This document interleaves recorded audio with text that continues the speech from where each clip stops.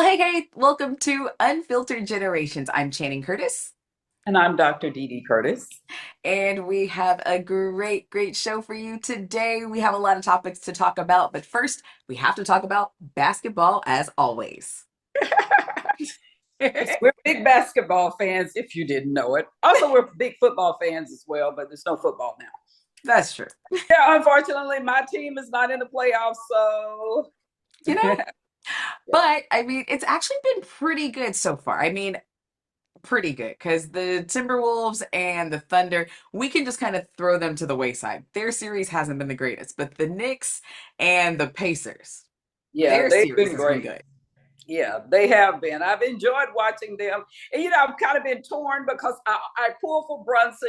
He started with the Mavs, was drafted by the Mavs. So I pull for Brunson. But then the other part of me kind of pulls for Rick Carlisle. And then the Turner guy, he's also from Dallas. So I have to pull for him a little bit. So, I really don't care, to be I honest. know. I just like that there have been so many good games. Those so close games. I mean, Tyrese Halliburton with the choke, just I thought that was epic. It was so epic. And the good thing about it is that they had not won when he did that. And it's good that they did go back and win after he did that. So anyway, so that he didn't have egg on his face. I mean, to be fair, they were just a few centimeters away from a win. Oh yeah, yeah, they really were. I mean, if his toe had been back just about a fourth of an inch, he probably Right? would have been, he would have won on that shot alone. But you know what though, speaking of Halliburton, like people have been really hating on this kid for the longest. Like he was the one that all the players said that he was like the most overrated player. Yeah, And no. like now look at him, he's really showing up for his team. And he's really showing up in a lot of clutch moments for his team. Like he got that crazy triple double in the game four the other night and had a historic triple double, like the first player in history who's ever had those kind of numbers without having a single turnover. So I mean, at Oh some yeah, point that we will was have to give this guy some unbelievable. credit. That's unbelievable. But the thing about it that people forget is that players get better. I mean, yeah, he wasn't the same player this time last year. Hmm. And because he probably wasn't in the top five, I don't know how he was drafted. Those are the players that are going to get all of the credit at first, but players get better. I mean, especially like even if, he plays under Rick Carlisle. And the more they play, especially if they're playing with other really good players and they're playing team basketball, they just get better. And so he's probably one of those late bloomers. I mean, and I can't say late. I think he's probably been in the league, 4 or 5 years, Yeah. but he's just better than he was. And so that's probably, might have been underrated last year, but this year he's not. He's caught up to the superstar hype. And one thing that we were even talking about, even like over the weekend when we were watching some of the games, he could even just be one of those players or one of those people who really thrives in a high pressure environment. Because notice how he plays like the last 5 minutes of the game. Because I noticed something like in game one, like that first quarter, he wasn't doing anything. But it was like those last 10 minutes of regulation, it was like he had a whole nother gear that you didn't even know that he had. I didn't even know he was that good. I Well, really didn't. Well, I don't think anybody knew that I don't even know if he knew that he was that good. As I said, I think he's probably one of those players that's just gotten better with time. And Mhm. I mean, there are so many players like that. And the playing on a professional level, it takes people to a higher level. And because of that higher level, they are going to get better. I mean, they're going to get better in year five than they were in year one. That's just all it is to it. Mhm. So, Mom, I wanted to talk to you about this video that I saw on TikTok, and I meant to send it to you. Actually, no, I did send it to you. I just don't think that you've gotten a chance to watch it yet. So, it's this guy, he's about my age, black guy, and he was shooting a video of his parents who were having this discussion in their kitchen, and his parents were lifelong Democrats. And he was shooting the moment that his parents turned into conservative Republicans. And he Really? said it was the moment that they just turned it off. And he kind of narrated it at the beginning, but it was really interesting because his parents were kind of just talking about how they grew up in the church and they grew up with a certain set of values and how their values just no longer align with the Democratic parties and how they just have not aligned with theirs in a very long time. And this video has just blown up. I mean, like it had thousands of likes and comments and shares and all of these kinds of things. And so many people were saying the exact same thing. And when I say people, I mean like a lot of people who just black people who were saying the same thing and were saying like my parents are saying the same thing, my friends are saying the same thing. And so I wanted to ask you because you've said something very, very similar. You've said this actually for the last several years, and that's what caused you to kind of leave the Democratic Party over the last several years.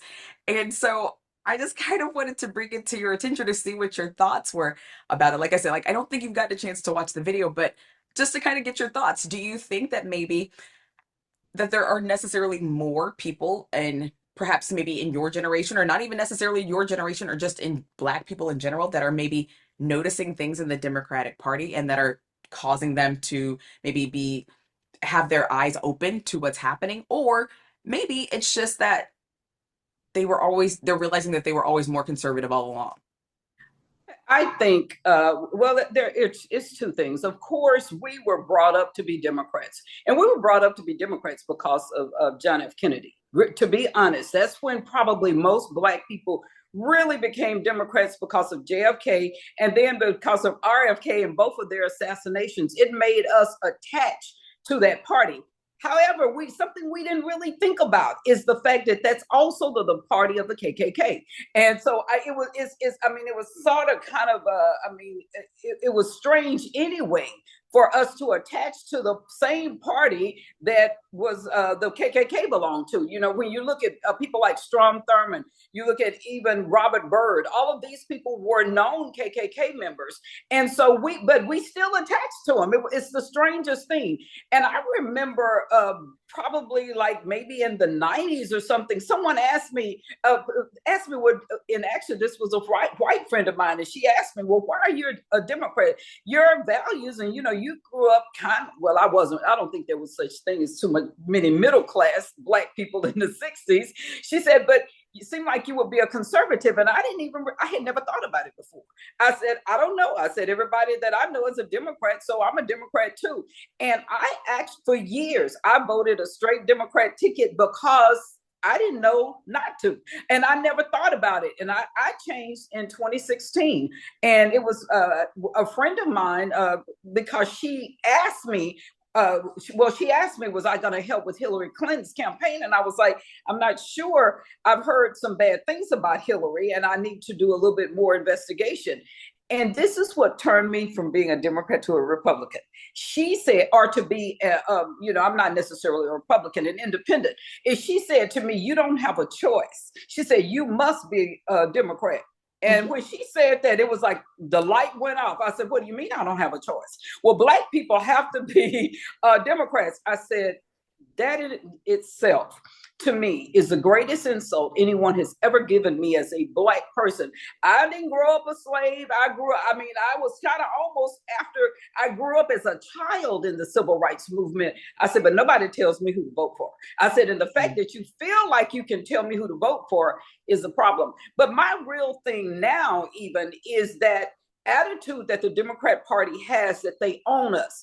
And I don't like, with my studies, I study a lot about the globalist movement and the that's going on in the global reset. And I know that their plan for Black people is to have us be the people who are always out front, that are angry. We're the violent ones. We're the ones that's always upset. And I don't like that at all. I think the Black representation that we have out here right now, this angry Black woman that's always mean, that does not represent all of the Black women that I know. And I mean, I grew up in a sorority and everything, and going to church and all these, that the people that they have out front for us, it's as if we have the global Black people or the globalist representatives of Black people, and those are not the real Black people. So that's why I not only am I don't say I'm an independent, but I'm definitely not a Democrat, because I don't like this presentation that they have of Black people. I don't like it at all, and it does not represent the Black people that I know. Have you noticed any more of like people your age like becoming more vocal about being conservative?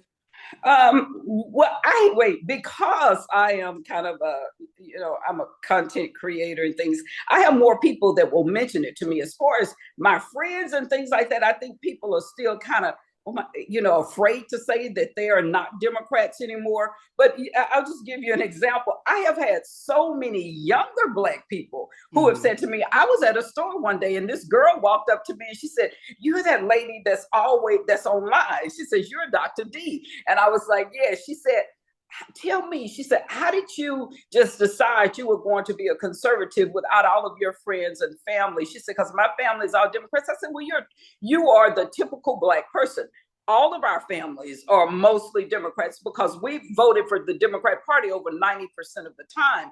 Mm-hmm. And she said, "Well, how do you deal with it?" I said, "I don't care what people think." But some older people have mentioned it, but mine have been younger Black people. I have had a lot of young Black people say, they are just, and then I don't like this angry Black woman thing that they're putting out there. Always angry, always cursing. I've never heard, until recently, I had never heard a Black elected official curse on TV until this last group in the last year. But those are the people who are being put out in front by globalism, by these globalists to represent Black people in the Black community. And it's making people think that all Black women, we don't curse at meetings. I've gone to sorority meetings. If I tell you, if you go to an alumni association meeting, you're not hearing those women standing up there cursing. They're business women. You're not hearing Black women curse in business. I owned a company for almost 20 years.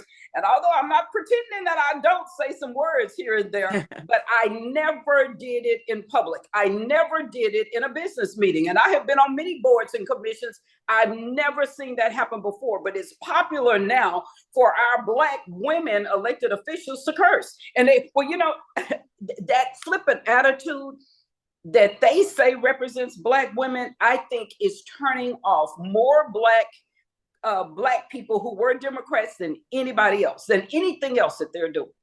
But I think the thing that gets me the most is when people believe that Black people are supposed to be a monolith. Because you're Black, you have to be a Democrat. That's the thing that gets me the most. I'm like, why? Because with nobody else is that a thing.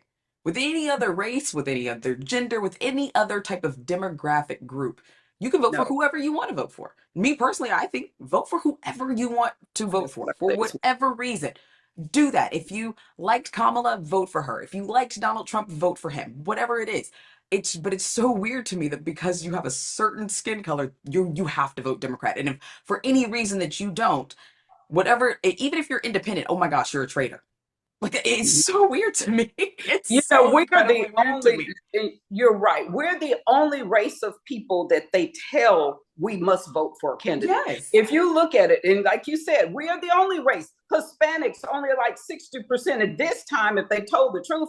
If we had real elections, I bet you even 50% of Hispanics do not vote for Democrats. They don't expect white people to vote for any race. They can vote for whomever they want to. Yeah. And I say this, and I have other videos about this. We Black people right now are being controlled more than they've ever been in my lifetime. Because in the 60s, as Black people, during the Civil Rights Movement, Black people shunned being controlled. And then you had the Malcolm X's out there telling us, and you had the Black Panther Party telling us, don't let them control you. Don't let them control your mind. Don't let them. But now you have these people, and now we're finding out all of them are paid. So you have these paid people out here telling us who we can vote for, who we can't. That is control. And Black people must stop that control thought, those control thoughts, to let anyone tell us what to do. I don't have a Black representative. I don't have that Black person that, what did D.L. Hughley say today? He doesn't tell me what to do. No athlete tells me what to do. And we are the only race of people that they allow that, and it's a control thing. And I always say, Black people have to be free. We must get past that Democrat where we are slaves to the Democrat Party. And when I say slaves, I'm talking about even the people that got paid a whole bunch of thousands of dollars and millions of dollars to endorse a certain candidate. We must get past this, and I think we are. I think young people, because of social media, and that's something that we're not we're not paying attention to as well, is what effect social media has had on us and our votes. Because now we get to learn about these people. It's one Mhm. thing, like 20 years ago, I thought Hillary Clinton was the best thing that ever came. You know, she was just perfect. But social media has taught me some other things. Social media has taught me about all of these people, and I reject it. So I think a lot of it is the information that's available to us. Because like right now, if somebody says you need to vote for any candidate, a 20-year-old can go online immediately and find the positive and the negative about Yeah. that candidate. Whereas before, we weren't able to do that. And so, but now I think the most important thing is that we must reject the control from globalists who think that they control Black people. We must get out from under their control. I guess speaking of free speech and speaking of everything with going online, did you see what Marco Rubio said today about free speech? Oh, yes, I did. As a matter of fact, he signed a document today, and what the purpose of it was, it applied to foreign officials. Let me see, what does it say? And persons who censor online. And what he did is he made it where countries, his whole purpose really was to stop these countries like China and like the European countries. You know, I don't know if people realize that right now in England, they arrest people for what they say online. And Marco Rubio has been having it with them since he's been in office. And he says, you know, you all are almost straight up communists. This not allowing people to say what they want to say online. And so he has really chastised the European countries for their actions and the way they treat people for their comments online. And so now they have this new thing that where they are denying any type of visas for any foreign, for an entity or for a person who wants a visa to come into this country if they do online censorship. And so the big deal is, how's this going to affect TikTok? I'm sorry, but I mean, he just released this information, and I'm sure something precipitated it. I don't know who did what, but he was not happy with them today. And it came from him. But of course, the Trump administration is saying this online censorship and all of these entities that are stopping people from free speech online, it must stop, and it must stop immediately. And so I am really concerned about, like, you know, there are many platforms. As a matter of fact, all of the platforms have been doing censorship. And so his thing is, he doesn't want foreigners coming over here telling Americans that what we can and can't say online. Even X, I say all the time, even X, you know, it's supposed to be free speech. Now, the only thing they let you do, they let you talk about subjects that you couldn't talk about when it was Twitter, but they will still, I mean, all of them do that. Say, don't say this. And in your comments, make sure that you're nice. And actually, all of that is against First Amendment rights. All of that, when you tell people what they can and can't say, it is against our Constitution and our First Amendment rights. So I'm sure that by the time when Marco Rubio looks at it, you know, he's a great attorney. He'll look at it and say, okay, we got to take this out and take that out to make sure that Meta them don't get off the hook. But like I said, in its initial form right now, he's just saying, all of you people back off and stop messing with my people. And I have a feeling it was directed toward a company because he implicitly stated China and European countries. He's talking about TikTok, and he's talking about all of these Europeans that say, we're going to come over here and arrest Americans for saying something about us. That's not happening. I was like, I would love to see somebody from Europe come over here and try to arrest us. We have Donald, we have Marco Rubio with his look, and Pete Hegseth. I was like, come on and try it. And JD Vance, I was like, please try to come over here and arrest an American for a free speech violation. I think it's funny. I think it's funny that they wouldn't even make that comment. No, absolutely not. I do feel like you should be able to report somebody who's harassing you or who's saying things that you don't like, because like I said, if you were in front of a person, you'd be able to escalate it. Well, the thing about it, you know, the times that I've called on people for saying things, even if it was a threat, unless they do something, I mean, you can't arrest people on intent. You can't, or, you know, I intend to do this, or I'm going to. The sad part about it is you have to wait until they actually do it. It doesn't become a crime until somebody actually does something. But however, you cannot yell fire in a movie theater. That is a crime. right there. I mean, of course there So are that's what I'm exceptions. saying. So like under the, I feel like it should operate in that same way. You can't yell fire in a theater. You can't do the same thing on social media. It's the same rules should apply just like in real life. Like you can't, don't say to somebody on social media, I'm gonna punch you in the face if you wouldn't say that to me to my actual face. Yeah, but then too, of course, the one thing about it, social media can do something, and then it still has to go before a judge or or whatever in order before you get any restitution or something from it. This is another reason that I think that like the Democrat Party is having a problem. You hear them say that all the time. I think people that have misinformation should be arrested. What is No. misinformation? That's totally subjective. Is it if I say that you have some issues that you should be in jail? Is that misinformation? Or you might say I shouldn't be in jail. I got away with it and I did a real good job. Now that's and so you have to then determine what is misinformation. That is an extremely subjective thing, and so. Hmm. I don't know. I think that's one of those slippery slopes. But I do believe, and I'm going to follow the story. We'll follow up with it. Yeah. Something had to happen for the Secretary of State to come Mhm. out with it. Something happened, and they'll probably follow up with what was the background story behind that. Hmm.